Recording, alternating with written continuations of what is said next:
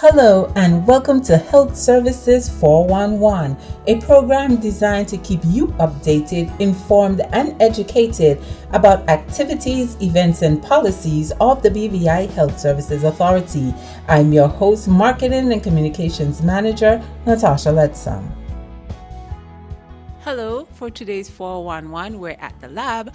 Let's see what type of information we'll come across today.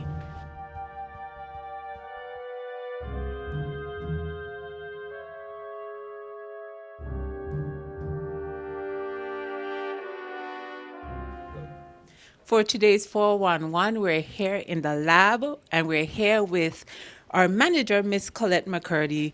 Miss McCurdy, thank you for coming on the program today. Lead the way, Miss McCurdy. This is our phlebotomy slash specimen receiving section. Where here we have two phlebotomists. Normally we would have the receiving clerk here, but because she has gone in to take specimens, she's not here. This aspect of the laboratory is one of the most important, if not the most important aspect of the travel of your specimen. The journey starts here.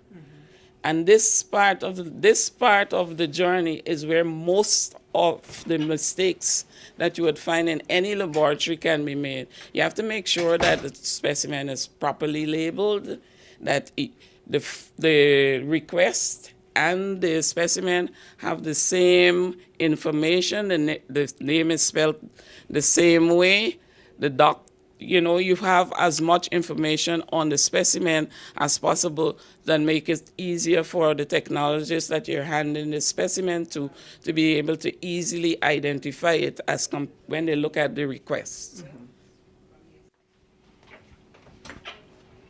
Our first stop will be in the biochemistry department, and we have a 3-in-1 analyzer here that performs basic chemistries. It performs micro tip chemistries for things like your HbA1cs, your serum iron, and iron binding capacities, and you have immunoassays like your thyroid functions and that sort of stuff. So that's why we call it a 3-in-1, because it has 3 different technologies that it uses. In this department, we do tests on regular blood, we check urine, we check cerebrospinal fluids, we sometimes do pleural fluids, which come from your lungs, and that sort of thing. And most of the results that you will see will be a set of numbers. Each number here will tell you a story. You can look at somebody's blood report and you can say if this person is an alcoholic. You can say if this person has a kidney problem. You can say if the person has a heart problem, and that sort of thing. So, and it's all in numbers. And a healthy person would have numbers that are within a certain range, whereas for the not so healthy person, it will either be above or below what the established range is. And as you said that earlier, we had an interview for World Kidney Day, and we were talking about renal function. So if someone wanted to test their renal function, and what type of test would that be, and what type of numbers would you be looking at? Well, that renal function test would involve like 6 key investigations. We will check your glucose, we will check your urea, your creatinine, we would do electrolytes, and then there are some other calculated tests that we do from all these things, these other tests that we have done there, those key things. Then there are calculated tests that will give you a more clearer picture as to what ails you, and how it sometimes would even tell you the degree of damage to the kidney. Sometimes it might be mild, sometimes the numbers tell all of that. Thank you. This is some of our specimens, and then before we can even send out results, we have to do controls. So every day we come in here, before we do anything, we have our daily maintenance that we have to do. Then we proceed to do the controls and if the controls are okay, then we can go ahead and do the patient's testing. So in that way, we are assuring that whatever we send into the patient, we can stand by it, or in other words, quality assurance. Now, as you brought up quality assurance, what other mechanisms do you have in place to ensure that the data that you've tested is accurate and, the results are reliable? We have been subscribed to external proficiency testing, which is a peer comparison testing by College of American Pathologists in the United States, where they send you material that they already know the value that you're supposed to get, and you are compared with the other people who are subscribed to the program to see how well your lab does compared to those other participants, as well as the standard that it has already been established. They already know the results, so sometimes their methodology might have been a bit different, so you are compared to people who use the same analyzers that you do. And then for the past 2 years that we have been subscribed, the first year we got 80%, and last year we had 88%. So we're constantly improving, and we can stand behind our results.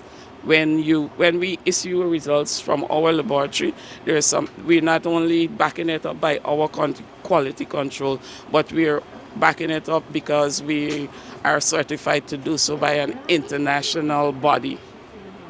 So we are the only lab in this territory that subscribes to that kind of proficiency testing, so we can brag about that. Awesome. Congratulations on that. Now, earlier when we were out front, you were mentioning some of the challenges and some of the hiccups that could go wrong when taking the initial sample. What are some of the challenges that you come across in the lab that could play or that could impact the accuracy of the result? It's mostly about patient education, because sometimes, let's say a doctor ordered a lipid profile. He wants to see what your cholesterol is like, so that, he would advise you on how best to deal with your situation. And you come here, but you said, we ask, did you eat today? And you would say, yes, but it was just a cup of tea and nothing. And we would tell you, no, you have to come back because it's a fasting sample. But that little tea, and then yes, it makes a difference, especially if that little tea had some milk in it and that little tea had sugar in it. So we might be giving you falsely elevated results. You get treatment that you didn't need, and we don't want that. So that sometimes people get upset, but in order for us to give you the best that we can give, you also have to be to abide by the instructions that we give to you. Next, we're going to the not so favorite part of the laboratory. This is the microbiology department. In here is where we test for all of the bugs that you might encounter in urine, in sputum, in stool, in vaginal swabs, in your mouth, and stuff like that. And to help you get a better understanding of what goes on in the micro department, I am going to introduce you to the lab supervisor, Miss Marilyn Maduro. Hi, Miss Maduro. Hi. Thank you for accommodating us today. Basically, we just want a quick overview of what goes on in the lab and some key information that our listening and viewing audience can have in terms of what they need to do to ensure that their tests are done as accurate as possible.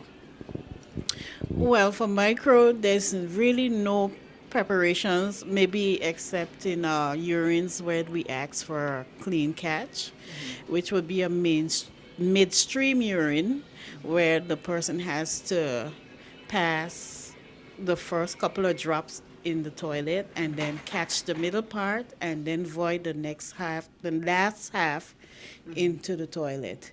And this would ensure that the urine does not catch any bacterial or colonies, the colonizing organisms from the vagina in the urine stream when they void it, so that we would be able to get the infectious agents instead of contamination, because that do happen a lot, where you'll find we'll have to report a urine as mixed growth because the person didn't pass the urine right and caught some contaminated bugs in it. And that's usually where we would have a bacteria plate that grows more than three organisms per plate. We would call that contamination. So they would have to redo it. And of course, it saves time and money, especially if there is an infection. Mm-hmm. So what type of testing do you do in here? We do cultures, first and foremost. We also do what we call urinalysis. That's just a simple test where we do biochemicals on urine. We also do test stool for ovarian parasites. And right now we happen to be working on a proficiency test. And we're so excited because we found Tricharias trachea. And being where we are now here in this region is something very rare. But because we do have a lot of expatriates and people visiting our country from time to time, we may come across it. So we need to stay proficient on this area. So right now we're viewing something that we haven't seen in probably years. 20? Yeah, last time we discovered one was about 20 years ago. Yes, Tricharias trachea and Ascarius lumbocoides, which are hookworm and ringworm.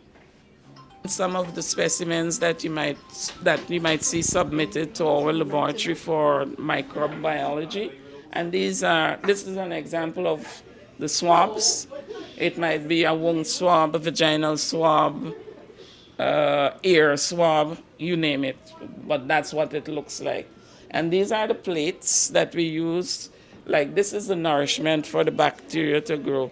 Like, we have some of these that everything grows on, like this plate, which is the blood plate. And then we have this one where only a selected group of bacteria would grow on.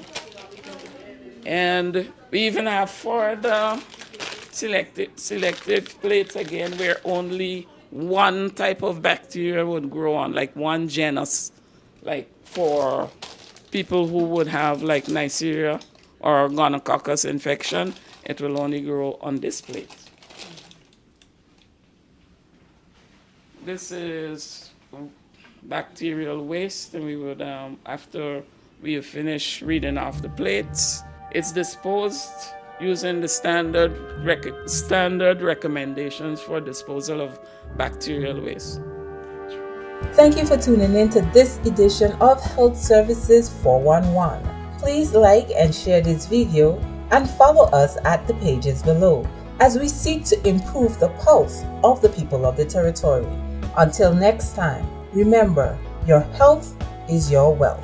Reporting for the BVI Health Services Authority, I am Marketing and Communications Manager, Natasha Letza.